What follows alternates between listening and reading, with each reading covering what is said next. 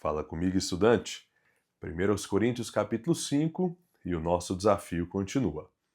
Nós chegamos ao capítulo que talvez pode ser considerado o mais tenso de toda essa carta, que trata de um episódio extravagante de imoralidade sexual que envolvia um homem mais a sua madrasta.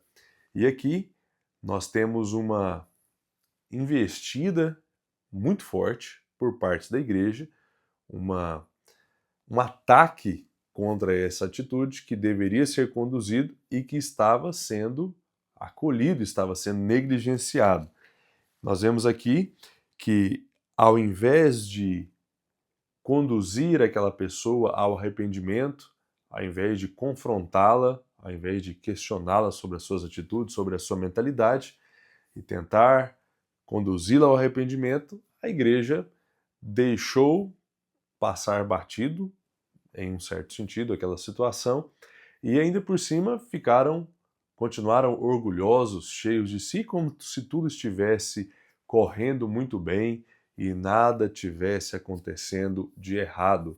Continuaram de cabeça erguida ao invés de chorarem, se lamentarem, se humilharem diante de Deus por conta daquela situação, sem a busca por esse quebrantamento, essa contrição, para que essa situação fosse contornada. Paulo combate isso e diz: não é bom, vocês estão caminhando em uma direção oposta ao que deveria estar acontecendo.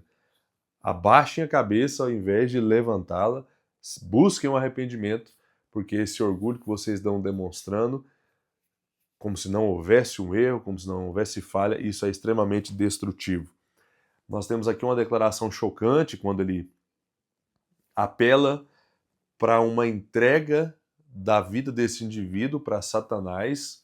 Nós não conseguimos entender especificamente, com todos os detalhes, o que ele quis dizer com isso, mas de alguma maneira ele tinha em mente a destruição da própria vida desse indivíduo para que ele parasse de destruir a reputação não só da igreja, mas principalmente de Cristo, do Evangelho, e deixasse de gerar esse tipo de prejuízo.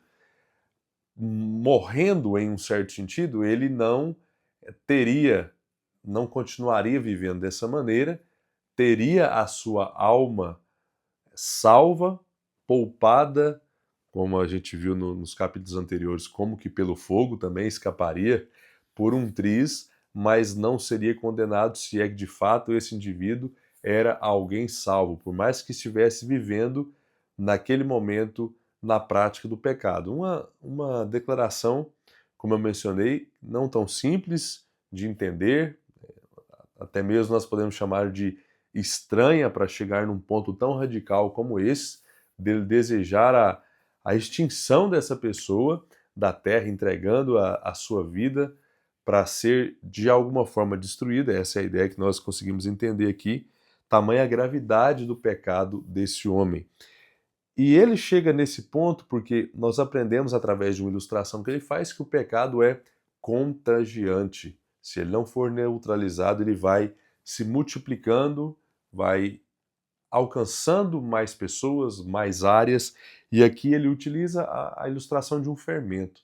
Uma pouca quantidade compromete, altera a consistência de toda a massa, e nós sabemos o impacto que pode gerar a presença de uma pessoa com esse perfil, com essa coragem, com essa ousadia, com esse endurecimento no nosso meio. Ele pode influenciar outras pessoas a tomar o mesmo rumo.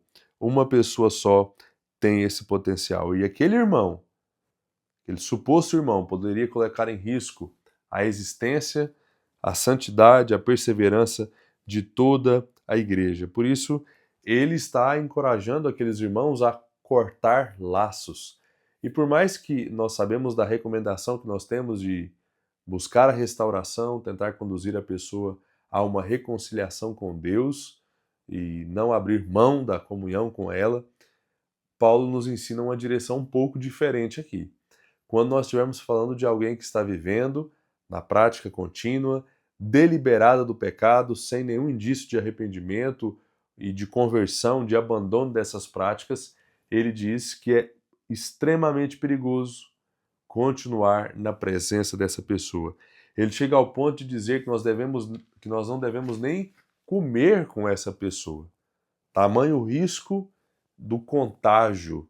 É como se esse tipo de situação fosse uma doença contagiosa que vai passando de um membro para o outro, de um cristão para o outro. Aqui ele tem uma lista de alguns tipos de pecados. Ele diz: se alguém se diz ser um irmão, mas os frutos, as obras, melhor dizendo, não condizem com o perfil de um cristão e essa pessoa for avarenta, devassa, idólatra, maldizente, bêbada, ou se for um ladrão, nem coma com essa pessoa. Tome distância. E mais uma vez nós vemos algum direcionamento específico que nós encontramos no Novo Testamento sobre esse distanciamento que a Bíblia nos ordena a ter com aquele indivíduo que está vivendo de forma desordeira, sem apresentar uma convicção de pecado, arrependimento e um desejo genuíno de abandonar isso. Ele pode perder, às vezes, essa batalha,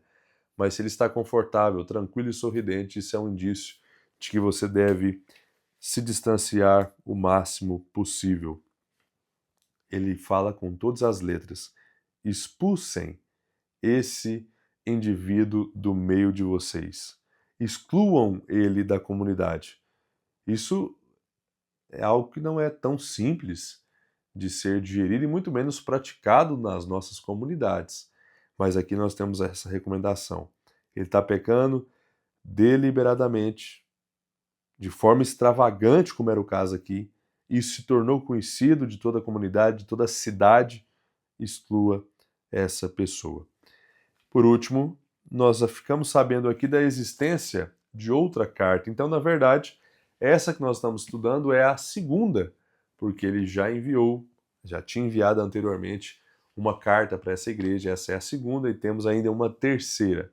Não chegou ao nosso conhecimento essa primeira, mas as duas que nós temos com certeza é suficiente para nos ensinar muita coisa a respeito de como a igreja deve ser conduzida, o trato com as pessoas desordeiras, como nós estamos vendo aqui, e detalhes sobre a nossa vida de santidade, que foi esse capítulo aqui bem direcionado a como esse departamento ou esse tipo de pecado deve passar muito longe do nosso caminhar. Que Deus nos ajude na continuidade do nosso desafio.